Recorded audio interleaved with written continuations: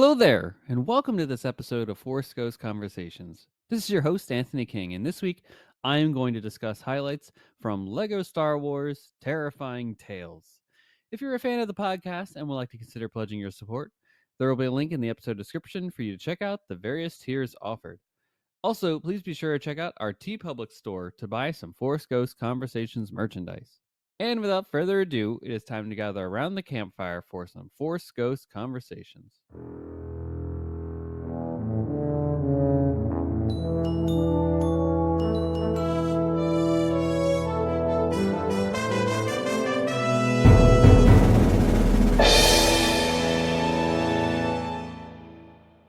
Hey folks, guess what? We are back with another episode of Force Ghost Conversations goodness here for you all. And frankly, in the first time in the last couple of weeks here, we are back live in the studio recording. And it is a pleasure, frankly, to be back for you all here.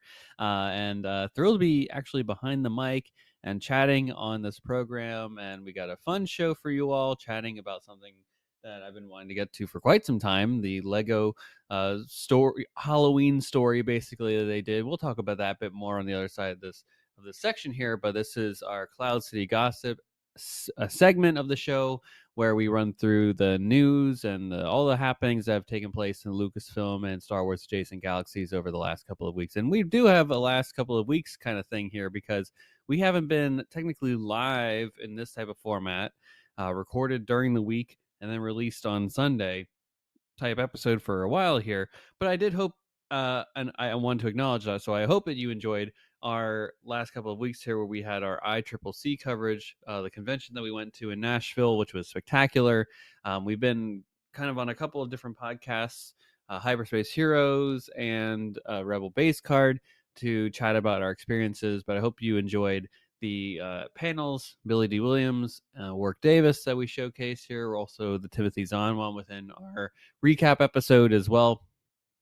So, and if you haven't, those are, if you haven't listened to those, I should rather say, those are in the back catalog of Force Ghost Conversations. And frankly, it's just last week's episode and the week before that. So you just have to go back the last 2 weeks if you really want to catch up with all the stuff that we did at ICCC.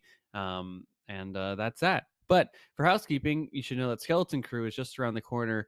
And we've got a lot of great stuff coming down the pipeline for Force Ghost Conversations over the next couple of weeks here. We have our 3rd anniversary at the end of November. So that is super cool.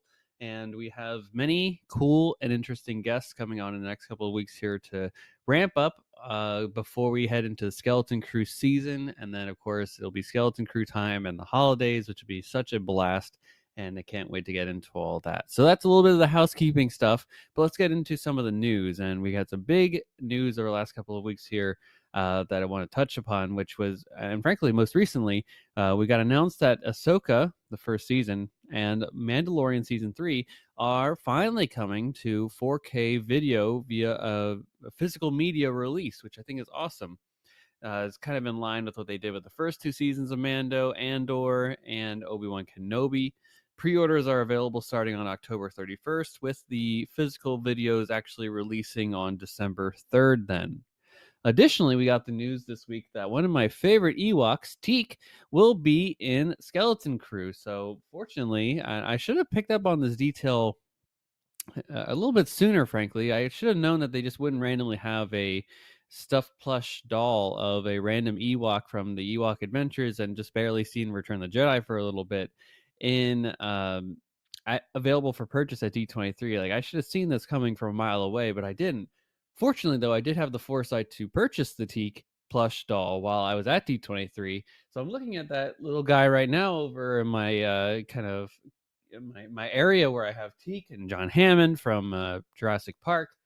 And I'm glad that Teak has had his day in the sun and will continue to have his day in the sun as we get closer to Skeleton Crew and then get to see how he is utilized within the series. So happy Teak Day to all that celebrate. Also, a new ongoing comic series from Charles Soule was announced, titled Star Wars Legacy of Vader, will follow Kylo Ren after the events of The Last Jedi, showcasing Ren's time as Supreme Leader. And the first issue of this ongoing series will come out on February 5th, 2025. So already looking towards next year already for this, but man, sign me up for this. I mean, Charles Soule had written the Rise of Kylo Ren comic series. He's also done a lot of the ongoing Star Wars series, and particularly my favorite comic book of all time, the Vader 2017 run, which was just spectacular. And he's had a hand in the High Republic work thus far. So again, sign me up. This is right up my alley and something that I think you all should be looking forward to as well. Finally, New York Comic Con happened. I think at roughly the same time or last weekend. So we have a plethora of Star Wars publishing news that came out of this convention. So I'm going to do my best to cover as much of it as I can and provide details, but there's a lot. So forgive me if I've missed something here. So there was a General Grievous kind of original graphic novel that was announced. There's also a Mace Windu original graphic novel released. Looks like there's going to be some more Qui-Gon Jinn stories here featuring him and his time with training Obi-Wan Kenobi. It looks like it's going to be some sort of comic book series. So that's awesome. It does appear that a new kind of Bad Batch story is coming. I think it's like a mini series. It looks like is coming via Dark Horse Comics. So that sounds awesome. It's going to be set before the events of Star Wars: The Bad Batch. So perhaps we'll have a lot more of a Crosshair's involvement in that, and maybe still in the Clone Wars at that point too, since it does take place in that prior time. So that's awesome. Lot more book news, of course, here too. So this stuff with the High Republic. Obviously, we got a cover for a Valiant Vow, which is an upcoming middle grade book reader in that series from author Justina Ireland. I'm really excited for that one. Claudia Gray is coming back to the YA series with Into the Dark in the High Republic, which I think is awesome. It looks like it's on Kashyyyk. Reese Silas is there. That's awesome. Got that cool cover. You can find this all on StarWars.com as well too, if you're wanting to be a visual person as well, just not hearing me kind of ranting and raving about it as on this podcast here. We also got the cover for the Acolyte, the Crystal Crown, which is kind of set in the Acolyte series and will feature Yord and Jecki. Rest in peace to both of them. Also, rest in peace to the Acolyte. And yeah, that's kind of it as far as I can tell. I'm just taking a quick look here before heading out of this segment here. Of course, a lot of covers and just kind of backing concept art and stuff, some pages for some of the upcoming comics and manga. So a lot of stuff here. Of course, the whole breakdown is on starwars.com if you want to see all the news and announcements. But they definitely didn't disappoint whatsoever when it comes to all the great stuff that is taking place at New York Comic Con. So kudos to everybody for that great coverage there. And thank you all for listening to our Cloud City Gossip segment. And just on the other side of the short break, we'll be back with some discussion and highlights from Lego Star Wars Terrifying Tales. Stay tuned.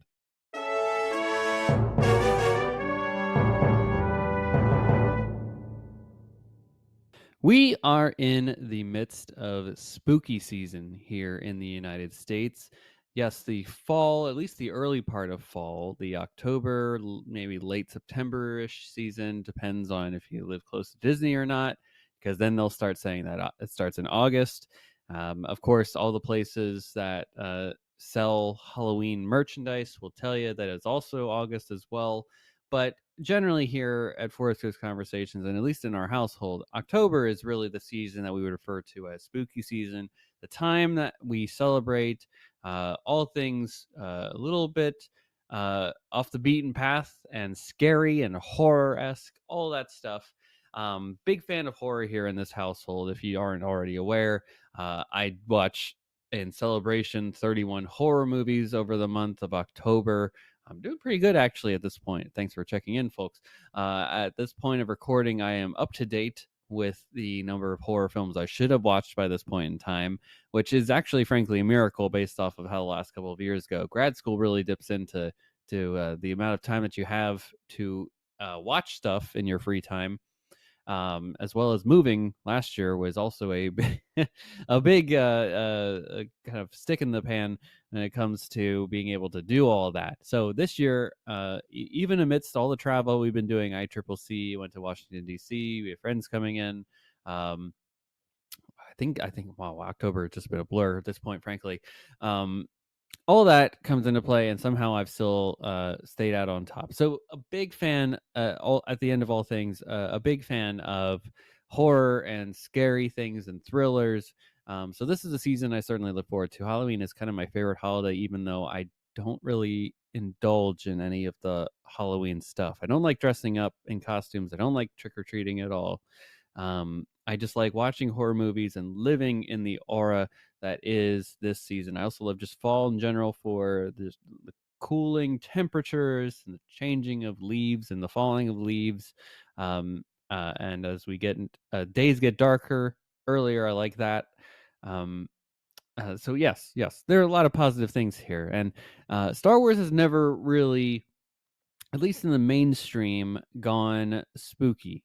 Let's just say that I mean, there are aspects of the films that I would argue can get scary.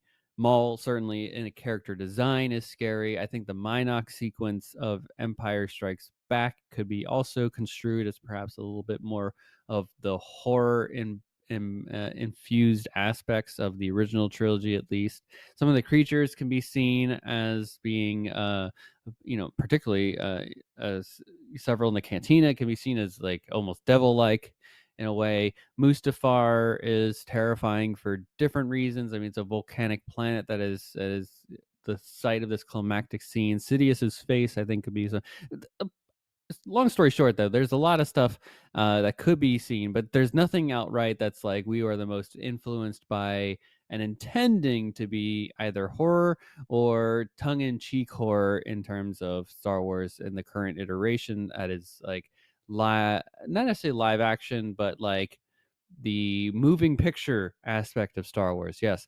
Now there are the Vader's Castle kind of horror fused comics that have been come out from Calvin Scott over the last couple of years, which I think are also awesome. But yes, those are just in comic form. So really, Lego Star Wars Terrifying Tales, which came out in October-ish of 2021, I believe, is Star Wars's kind of foray into this avenue, which I think the Lego format is a wonderful way to have this story play out. You aren't tied into aspects of canon, and you aren't also forcing yourself into um, a certain genre, especially when it may not be of the most mass appeal that a Star Wars film is supposed to be. Greatness about this aspect is the flexibility of the medium, as well as there's really no rules per se when it comes to a Lego special. This is the second iteration of Lego specials that they had done to this point on Disney Plus, a system that they need content for constantly. They had first in holiday season 2020 did the holiday special, which we'll talk about at some point on the show, of course. And we've already talked about the summer holiday special that they did as well. And now I'm glad that the Lego brand is continuing to do Star Wars stories in their own unique way and fashion with the Rebuild the Galaxy story and series that hopefully will get a second run based off of how it's been performing and critically well. I think it should definitely get a second looking on that stuff and a second season. So, anywho, basically what they said at D23, just talking about Rebuild the Galaxy in a second here. Basically they were just like, we've run out of holidays to talk about. We weren't going to do like Flag Day Star Wars special. So once you've run out of like the major holidays and the big things that people really want to celebrate and talk about, then it's time to look anew, and that's where Rebuild the Galaxy came from. I digress though. Let's talk about Lego Star Wars Terrifying Tales, which I think is really just awesome. I've talked already about, and I talk in the other podcasts about Lego stuff, about how it has this unique sense of humor about it. It is tongue in cheek to Star Wars Galaxy. They'll throw in references to other things, and they aren't afraid to take some big swings that may miss in a movie per se, but because it's just this unique way that Lego approaches things that works 100% in my opinion. Um, so with that, Terrifying Tales is a about 45 to 50-minute special that released on Disney Plus, and it basically features 3 mini stories within the overall story that is being told here. That then has some culminating action third act set piece at the end, and then our heroes come out on top at the end of all things, and they learn a great lesson along the way. And that lesson, folks, is that without fear, courage is not possible, right? You need to have one to have the other. It is a yin and yang, right? The dark side and light side. Powerful light, powerful dark. One cannot exist without the other. As light rises, darkness rises. As darkness rises, light rises to meet it, right? So the thing that I wanted to note in this last viewing here, because I've seen this show a couple times when it comes out. I usually watch it once every Halloween season just because it gives me that little bit of Star Wars spooky fix that I think a lot of us always are looking for and want. I just like variety when it comes to the 31 things that I watch spooky wise over the course of the Halloween season. I love that it comes from Poe Dameron, and Poe says this to one of the protagonists of the series of the short, not short, but it's a special. Let's get that nomenclature right. Also, before I really get too deep into all this stuff, spoiler warning: if you haven't really seen Lego Star Wars Terrifying Tales, it's on Disney Plus again. You can pause the episode now and then come right back, and then you're not missing out on a thing here. So you've been forewarned. Ooh. Uh, Poe Dameron is saying this moral, let's say, to one of the main protagonists of this story, which is his name is Dean, and Dean works for Gardulla the Hutt, who has taken over Graballa the Hutt. Sorry, not Gardulla, but Graballa the Hutt, who has taken over Vader's castle in the wake of the end of the sequel trilogy, um, and is basically trying to open up it as a hotel that people can stay at. But of course, Vinay, you may remember from Rogue One, as Vader's kind of attendant, is still on the grounds somehow. I mean, the guy was really old in Rogue One, and somehow he's still around after the events of Rise of Skywalker, which I think is just super hysterical. And he's telling a couple of scary stories in order to get um, Dean to open up, because Dean has the Force. He opens up the vault and allows them to or Vinay to kind of become the villain that he wants to dreams of always becoming, and then he's subdued by his own kind of grandeur and dreams, only to fall into the lava of Mustafar, if you will, and be defeated. And our heroes, Dean or Poe, takes Dean then to Rey, and who knows what happens with his Force training after that. But that's kind of the gist of it overall. And within it, there are three specific tales. We'll talk about those in a little bit here. But I did, like I was saying, kind of getting back to my original thought here before I went off on like a tangent, is that I appreciate that Poe is the one that tells Dean this fable, this moral, right? This theme about courage and fear, and you need to have fear in order to have courage. I do like that it's Poe that tells the story, or that shares this fact, belief, whatever you want to call it. He shares this thought with Dean, because if it comes from a Jedi, they're always like, you don't fear is you can't have fear, get out of there. But Poe, having, as far as we know, no real Force sensibility, um this is a guy that is more relatable in this circumstance here because of that. So with that, he is able to connect to Dean in a way that no one else really can, um, and say like, yeah, I've had fear in my life. I've went up against the Star Killer base, and I was there at the on Crate, and I was there at Exegol, and boy, was I scared out of my mind. I was afraid, and it was in those moments of great fear that I was able to search within and find my inner courage that allowed me to be the Poe Dameron, right? The greatest pilot of the resistance. This person that is able to inspire others and inspire the galaxy, and it allowed us to defeat the First Order, at least in the ways that I could. We were able to defeat the First Order,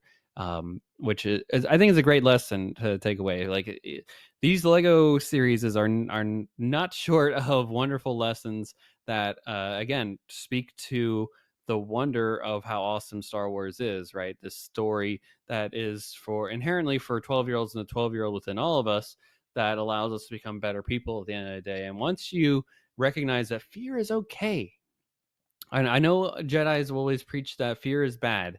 Fear should be something you cut out of your life, but it's okay. It's natural to have fear, but it's how you react to fear. It's how you uh, do you embrace it? Do you run from it? Right? Um, it's how you initially react to the fear in certain ways that defines how you handle a situation, how you react as a person. Um, and that defines your character at the end of all things. So great stuff there from Poe Dameron, of course, and it allows our heroes Dean and such to uh, effectively make this series really this special really awesome. So like I said, there are three little tales within this. The first is kind of it's a Lost Boys spoof on the Kylo Ren story about how he gets with the Kylo Ren, but with the Knights of Ren, um, which is a story that is told in the Charles Soule comic series, The Rise of Kylo Ren. So a little, playing around with the story here when it comes to the actual canon story that is approved. So if you want that full story, check that out. But I did like how they kind of did it again, a tongue-in-cheek way of bringing a real classic horror film into this story here.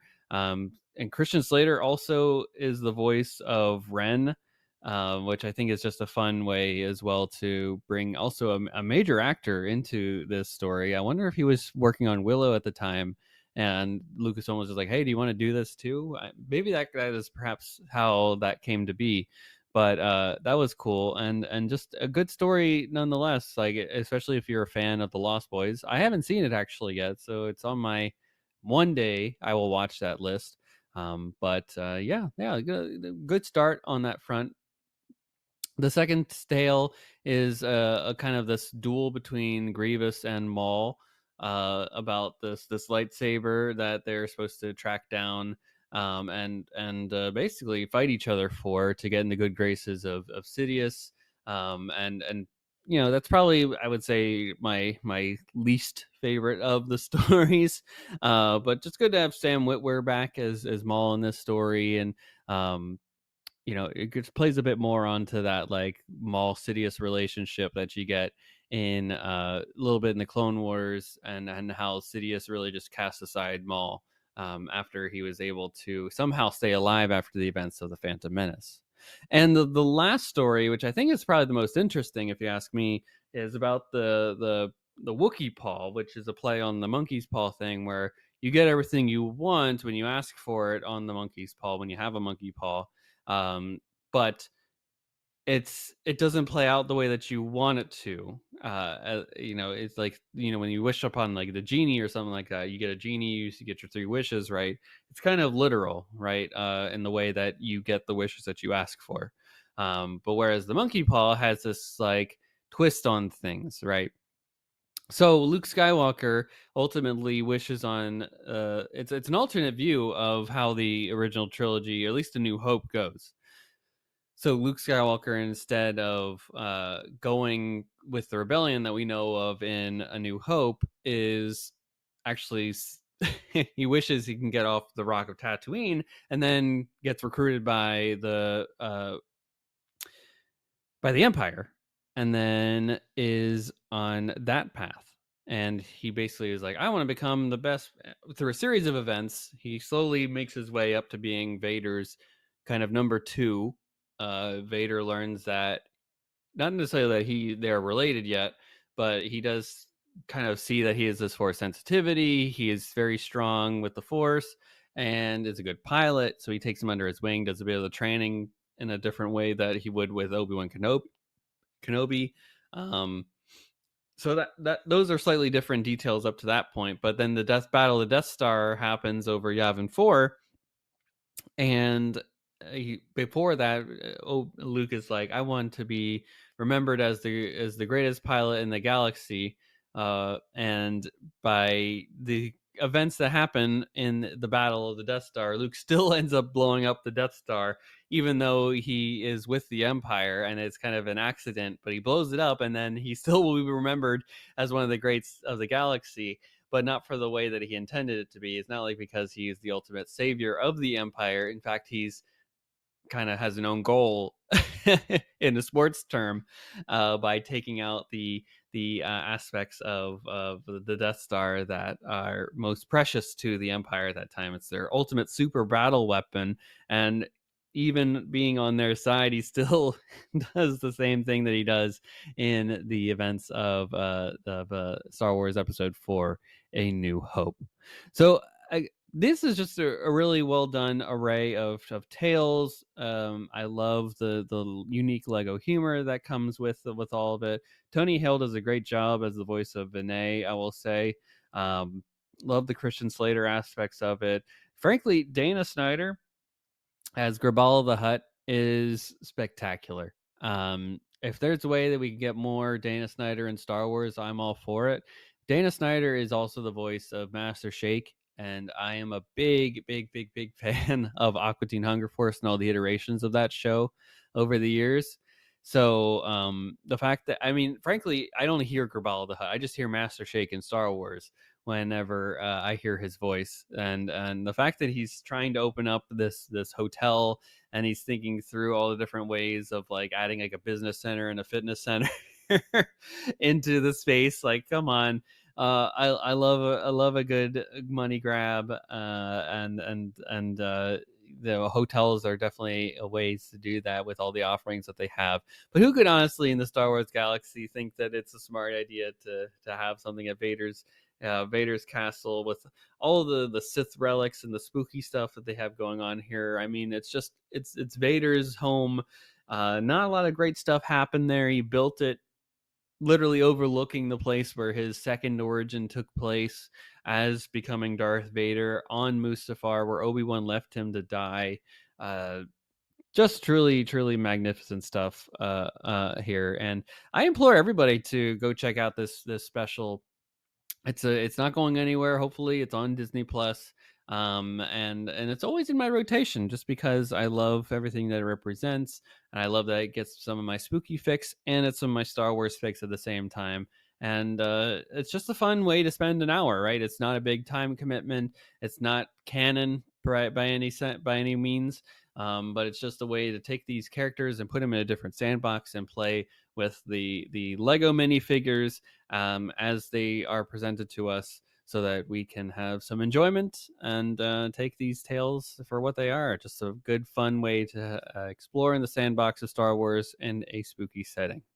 So that, folks, is all that I had for this week's episode. Again, thank you so much for listening to this episode and for our past couple of episodes here as we've been sharing some ICCC coverage. If you want to continue the conversation with us, we can be found on Twitter, Instagram, YouTube, Facebook, TikTok.